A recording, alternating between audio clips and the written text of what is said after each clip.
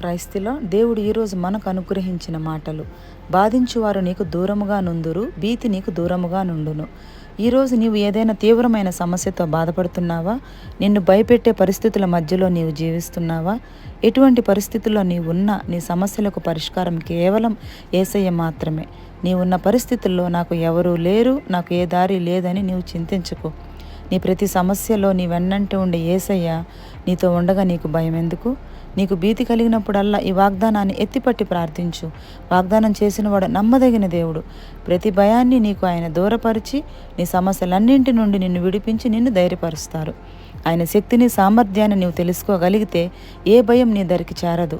ఆయన రెక్కల నీడలో ఉన్న నిన్ను, నన్ను ఆయన కాపాడుతూ సంరక్షిస్తున్నారు. కనుక నీకు కలిగే ప్రతి భయాన్ని కూడా నీవు జయించాలంటే మోకాళ్ళ ప్రార్థన ఒక్కటే మార్గం. ప్రతిరోజు మానక ప్రార్థించు, అప్పుడు ఏ భయం నీ దరికి చేరదు. ఆమెన్.